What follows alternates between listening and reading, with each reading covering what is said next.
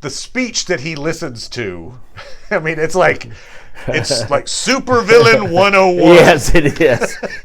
Look, you can't accomplish anything without danger. Yeah. People should always put themselves in harm's way to make that's what Xerxes said. Oh yeah, he got assassinated, but so be it. Be dangerous. Hey,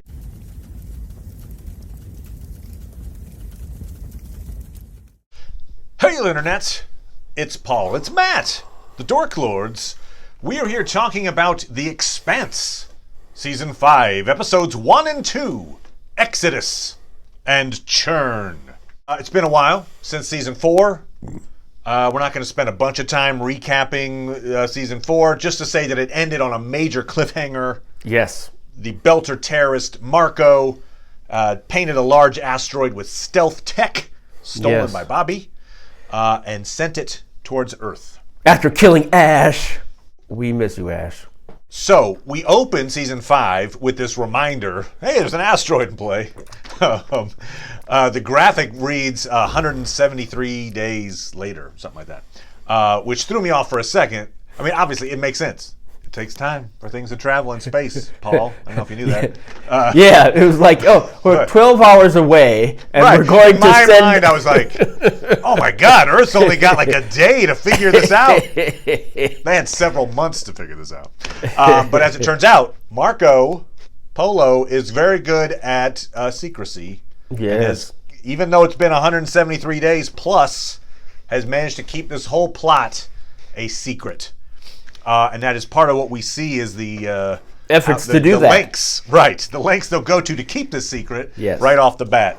There's a science vessel that observes. Oh, actually, the asteroid splits up a little bit. It hits. I don't know. It gets too close. It to goes the sun past or the something. go past the sun.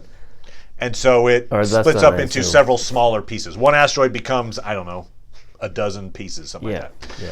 So. Science vessel observes this fact. Hey, check it out! I think we just found a new asteroid. Yeah, one thing that they're really tweaking on is like the readings in this are funny. So they're like discussing whether they're going to reboot things, and there's something wrong here. Not but that it's painted. They're with stealth. so exciting. Yes. Yeah. They're like, hey, check this out. We're going to get like a grant for this. Instead. We assume that Marco has been, trying to make sure that everything stays secret. So one of the things is to have his son, Philippe, also Naomi's son, basically probably shadowing the trajectory of the asteroid or something, sees this ship has figured its stuff out. They board the ship, make sure no one has broadcast anything, steal all the data, kill the crew, and then set up the ship to be destroyed hit by debris. We see that Philippe, this is the main reason for this, is to remind us there's an asteroid that's headed to Earth, and now in several pieces.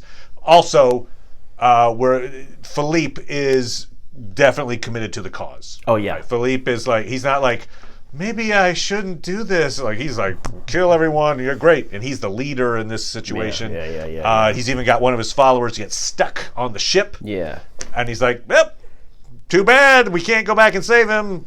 We'll wait. And then, so he sacrifices one of his Sin, who's there, and he, like is a moment, he's shocked, but then he realizes, okay, that's what we've committed to do. Yep. So... obviously, one of the themes of this season is going to be Naomi attempting to redeem her son, Philippe. I mean, I assume that's a thing. Because we learn a little bit more about Naomi. We'll talk about that in a second. But just to say, right now, as we start Season 5, Philip seems really difficult to redeem. I'll just say that. Like, okay, this is going to take some work. Anyway, but that's how we begin. That's how we begin. Exactly. We end with Amos back on Earth, and we're going to talk about Amos here in a second, but he is requesting access to a particular person from Avasarala. My thought on that. Now, I've only watched the first 2 episodes. I know that a few episodes have gone by. Yeah, I'm up to episode 5. You're up to episode 5. Oh, shoot. Okay. But I I watched a little recap of season 4 just to kind of remind me where we were before watching episodes 1 and 2. And in that recap, it reminded me that Amos had gotten a video call from Clarissa, prisoner on Earth. And you'll remember that she augmented herself so that she could do a mission. Okay. I'm going to spoil framed Holden a little bit to say that she's in prison now and with other people like her. Oh, okay. So she's okay. So obviously that is coming up then. Okay. I thought that was I thought must be who he's trying to get access to go see. But okay. So she is in a prison with other augmented folks, is what you're saying. Yes. Okay. Anyway, that's how we end that episode. But so let's just break down these 2 episodes. Kind of, get us back in touch with the main characters and where they are post season 4. Yeah. Oh, but so let's just before we do that, though. Yep. After seeing 2 episodes, is there anybody you want to mat? I'm still trying to catch up with who's who. I was like, okay, it's like your mat senses haven't become tingled yet. I'm just saying because there's not much time with this series. I mean, there's 10 episodes in season 5 here. There are some people that are living dangerously. I mean, almost everybody is, I suppose. But maybe as we talk through this, you'll figure out who you mat. Maybe I'll figure out. Yeah. Okay. So. Oh, you haven't pre-matted them. We haven't. I haven't pre-matted anybody. I think I need a couple episodes. Okay. Crew of the Rostenantes, where we'll start with our main characters. Holden and Naomi begin this season on this Tycho station. They're trying to get repairs to the Rostenante. It took a big beating in season 4. So ship is getting repairs. They're there on Tycho station. Tycho station is being run by Fred Johnson, and Fred Johnson gives Naomi the information about her son, letting her know where he is, and Holden is also looking after the advancements, but is getting pestered by a reporter about Monica. Monica about the protomolecule, and so that's his reason for talking to Fred. Right. So Fred Johnson is he's a leader, an advocate for Belter rights. As someone who's a Martian, though, he's sort of like someone who's trying to bridge societies. And he certainly has reason to sort of be suspicious of Earth, which is why he wanted to have a protomolecule, because he wanted to have a bit of leverage and power that he didn't have before. Right. So Monica, this reporter, comes up to Holden and is like, hey, have you heard that there's some research going on the protomolecule? And Holden's like, I'm not talking about anything. I don't know what you're talking about. Well, he thinks he's kind of crazy because he doesn't know. He kind of believes that everybody has the same feeling about it, is like, we don't need anything to do with these protomolecules. Right. Trust me, you don't know. You've had some crazy man walking around in your head making you do crazy things. You don't need that. But he takes Monica's reporter sense to be, reasonable, and so thinks, well, maybe she's onto something. So he talks to Fred Johnson. Is like, hey, are you doing research on a protomolecule? And immediately gets the non-answer answer. Yeah, which tells him, like, don't bullshit yes. me. Yeah. Now, this is where I'll say this will be a tip to Fred Johnson, or characters that are in Fred Johnson's situation. If you're in a story, Fred Johnson would have to realize he's in a story. Yeah, that's the first trick. That's the hardest. You have to realize first that you're in a story. Paul, we're in a story now. Okay. No. If the hero of that story comes to you and is like, hey, here's a strong warning.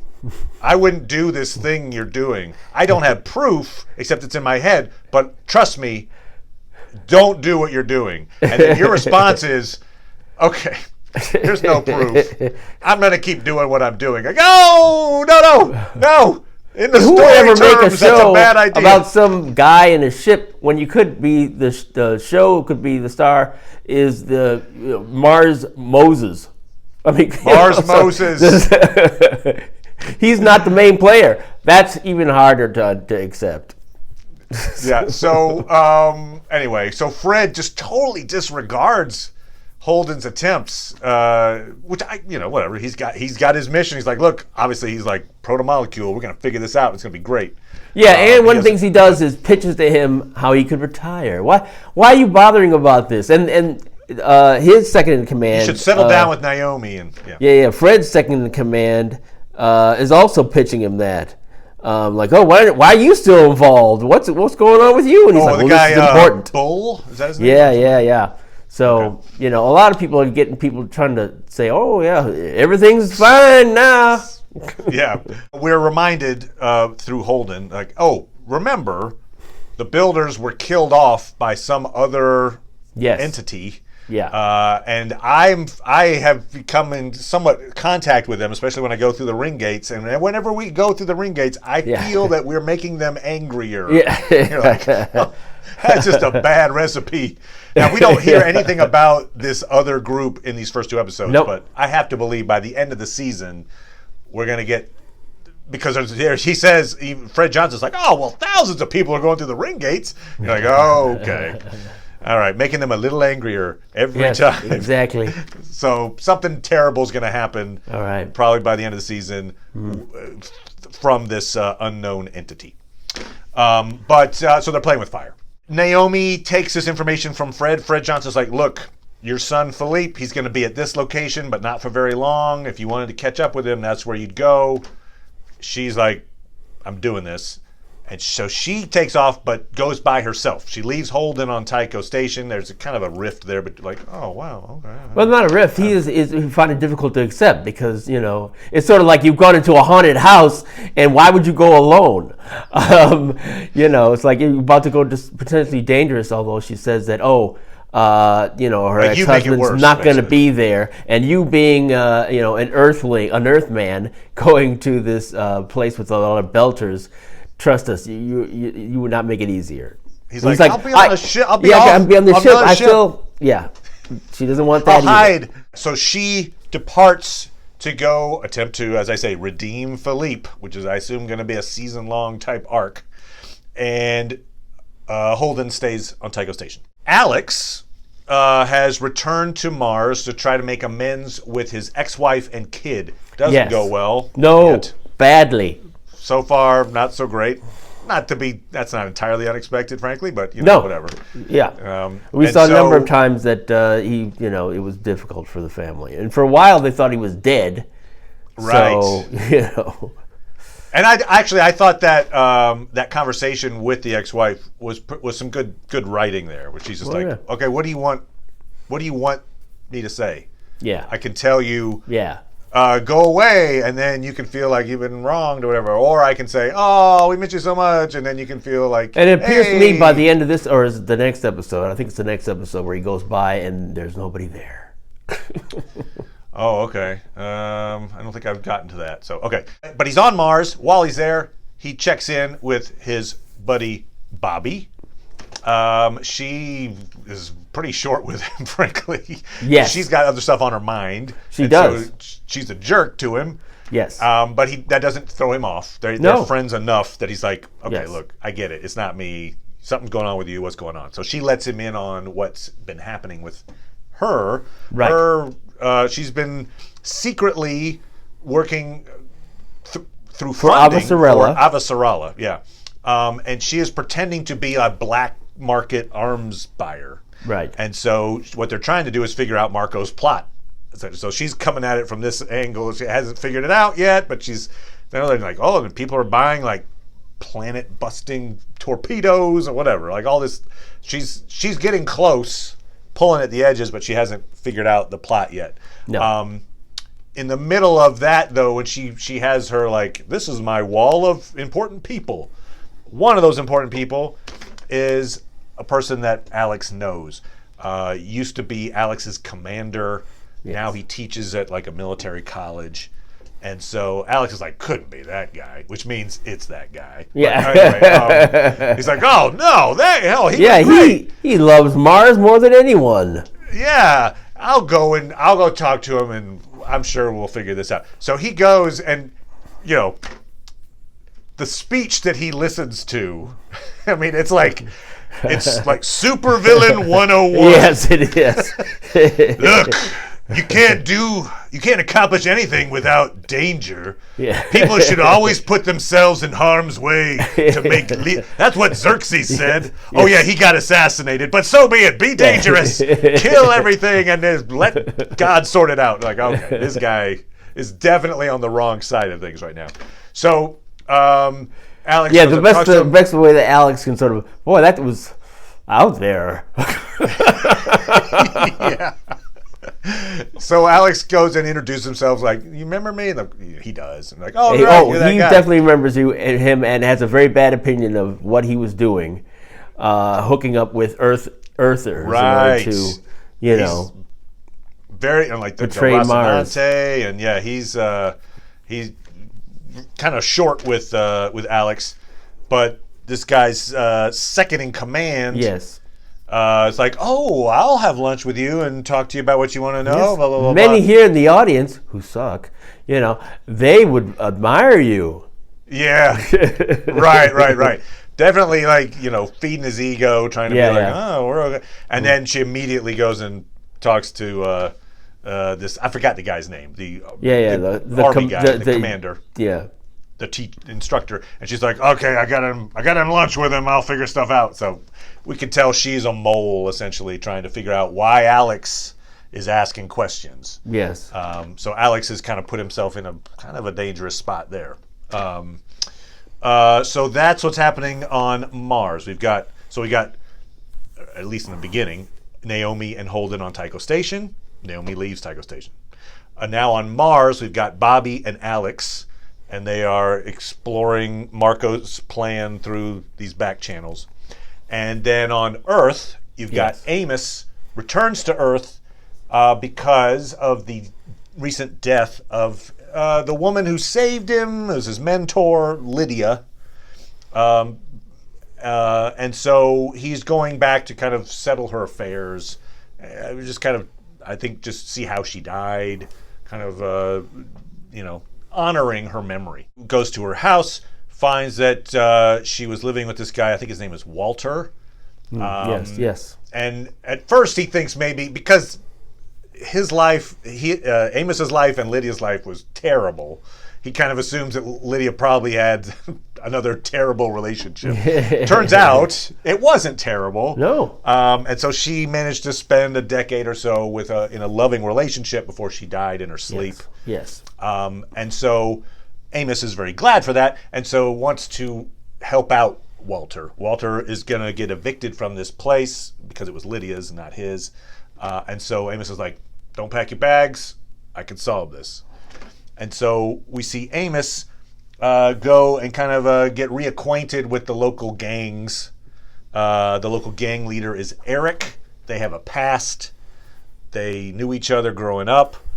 It turns out that Amos was actually born Timothy, and Amos Burton was actually sort of the mob boss at the time. The real Amos told Timothy to kill Eric. Right. And then Eric said, hey, could you kill the real Amos for me? Yeah. And so Timothy, I know. Yes. Yeah. Timothy killed the real Amos and then took Amos's identity. Yeah. His name, at least. Yeah. So Eric owes a debt to, we'll call him Amos, to Timothy Amos. And so basically was like, oh, yes, you killed off the guy who was trying to kill me, so I let you leave in peace. Yeah, but it was a great scene, though, because Eric is assuming that the only reason why Timothy/Amos would return is to take over from Eric. So even though he's got his gun out for a time, and then when he discovers, oh, you're just here to get that property? Oh, all right, let me just go get this drink and leave the gun there to see if you're really going to kill me. Right. I assume the gun wasn't loaded, but anyway. Right, yeah. Let's see how many bullets he puts into my back. Right. Oh, you did kill me. Oh, all right. Lesson learned. So Eric, yes, as you say, he assumes that Amos has come back to take control. He hasn't. All he wants is, hey, can you just let Walter stay in the place? And Eric is relieved to hear that. It's like, fine, that's fine. But just know, if I ever see you again, I'll have to kill you. But anyway, bye. Yeah, bye. So once he's dead, we're done, right? Okay, good. Right? Okay, Eventual causes, that's the last great. part of this. Okay, he's an old man. Amos is now, gonna leave Earth. Oh, we forgot to mention though that he met with Avasarala.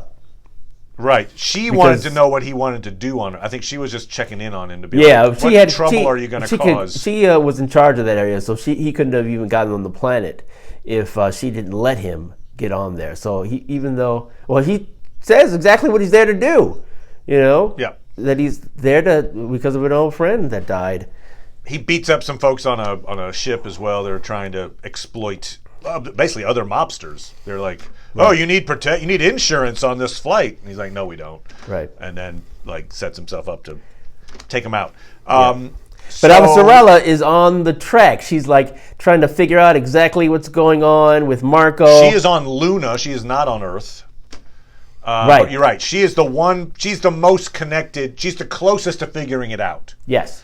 Everyone else is like, oh, because she lost her election in season 4, so she's not head of the UN anymore. Right. She's been given this kind of a figurehead type title, so she doesn't have the power quite that she did before. No. But she's still trying to use her little bit of power to figure out this plot.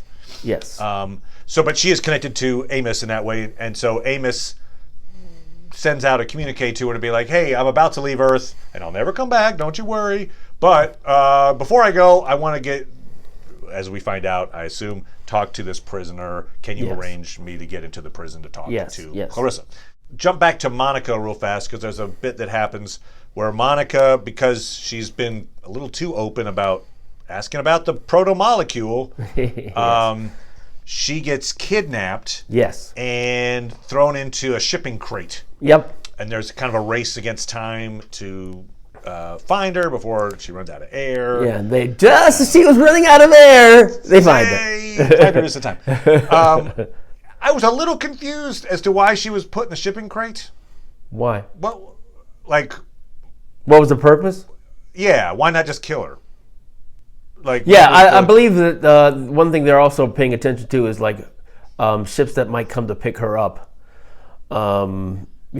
So I think there was an idea that somebody would come in and pick up the crate. Yeah. And take the crate. Okay. Yeah. Okay. So in other words, somebody wants to interrogate you.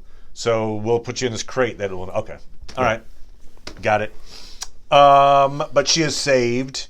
And she apparently has some more information that she's probably going to relay to Holden. We also check in with Drummer. So, Ash was killed off, and Ash and Drummer were peas in a pod. Yes. But now Drummer she's not really on her own. She has a new crew. Yes. And she's kind of like a pirate queen. She runs an area, and she takes a 10% bounty on any Belter pirate activities, essentially. And she kind of you'll recall that way back when she was having interaction with Marco, and they were all ruling over her. There were a number of different groups that were sort of had power and had the ability to decide what was going to happen to one of their members, who was Marco. Got it. And so she maintains that level of status. But she does also find out the whereabouts of Ash's old ship. Yes. And so she's going to, I assume, head for that ship. Which brings to mind that one of the themes of these first 2 episodes is people revisiting the past. Right? So you've got Amos goes back to see his past. Right. We also see him seeing himself as a kid in this neighborhood. Oh yeah, a few times. It's we think at first he's just seeing people in the neighborhood, but it's he's visualizing himself. Yeah. So he's visiting his past. Naomi has gone off to go try to redeem her son, who she hasn't seen in years. Alex is trying to reconnect with his ex-wife and kid. And now you've got Drummer. I assume this trip to go get Ash's ship will bring up perhaps some past maybe issues or something with her that she'll have to resolve as well. Yeah. When that comes. So we have that theme coming of people addressing their pasts. I also assume that eventually the way this season, the arc is going to go is that our crew is going to come back together. Right. So right now they're all in various spots that are pretty important, and we're getting to see this story from the point of view of Earth, from the point of view of Mars, from the point of view of time. But I think eventually there will be something along the lines of the Rostenante again. Maybe the Rostenante is repaired and they all get on it. And so episode 7 or 8 or so, we might have them rejoin, perhaps. Asteroids are headed to Earth. Now we know there's multiple ones. We see a shot of Marco with he's got that little 3D map. Yes. Yeah. And it shows 12 days, 14 days, something like that. So not 173 more days. And I thought, well, if it's just one big asteroid, I can't imagine that ends up hitting Earth. They probably just in time stop it, figure it out, and stop it. Now that there's a whole bunch of smaller asteroids, I don't think that particular one. I think there were other ones that were put. That wasn't one. I think that one was destroyed, and then there are other ones that are. That's my impression based on watching more episodes. I was thinking kind of like the not so great movie Deep Impact, but in that movie you've got this asteroid that breaks in two or something, and then the first smaller chunk of it hits, does a bunch of damage, but doesn't destroy Earth, and then they stop the second one. So in other words, you see the damage that could be caused, right? But see, and then here's the part. So they saw the fragments and they said, "Wow, look at this! What's going on with that?" So those can be seen now. They're not a threat anymore. Oh, I see what you're saying. That makes sense then. With one of the other graphics said asteroid number 9 or something like that. Yeah. So, okay. It's not like they had one and then, okay, let's make more now, no numbers. That's what I thought. I thought it was one that turned into, say, a dozen. I see what you're saying. Instead, it was they sent out a dozen and one of them broke up, and so it's screwed. Ah, all right. Some of them are going to get through. Same idea. Some of them won't, but yeah. Earth is going to be under fire, and I assume we're going to have Amos experiencing it from the surface.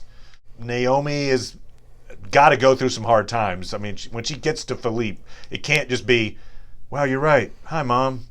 Here's some ice cream." No, he's probably gonna capture her. I mean, I assume Marco isn't a big fan of hers at this point, and so probably not. So tough times for our heroes. Yes, tough times. The show looks great. Sure. For the most part, the script writing seems really strong. Yeah. The characters are. One of the things that did happen though that we haven't. Oh, was that this? No, sorry. Next episode. Oh. Okay. I will say what's kind of cool too is none of those plot lines. So the Holden Naomi, Bobby Alex, and Amos in particular. None of those plot lines are particularly the straggler plot line. I don't. There have been other shows where I don't know, like a Game of Thrones type thing or something, where you're like, oh, we're here. Okay, I want to get back to whatever Winterfell or whatever. I mean, I didn't. I was fine with the storyline, but Amos seeing his past just gives you an impression of, it's like that guy may come back into fold now. He may need his help more. The person he made the deal with, who's one-handed, Eric, might come back. I mean, that is certainly going to happen, right? I mean, you don't have the this villainous guy go, "If I ever see you again, I'll kill you," and then never see that guy. They're meeting up again. That's going to happen. Well, I mean, maybe we already knew this, but the fact that we see that Amos spent his early childhood basically in a forced prostitution. Yeah. And then when he got too old, then he became the muscle for the mob. Yeah. And just lived a terrible life. And so we kind of see that played out. We get a lot of good backstory on our hero Amos, Timothy. He's got a mug now. I'm looking forward to episodes 3 and 4. We'll probably just do it this way. We'll do 2 episodes a shot. They released, I think, 3 right off the bat.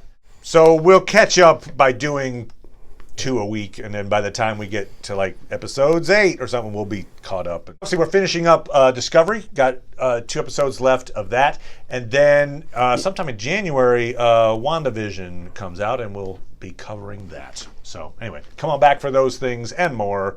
Thanks again, Paul, as always, and we'll talk to you guys next time. Bye. Bye.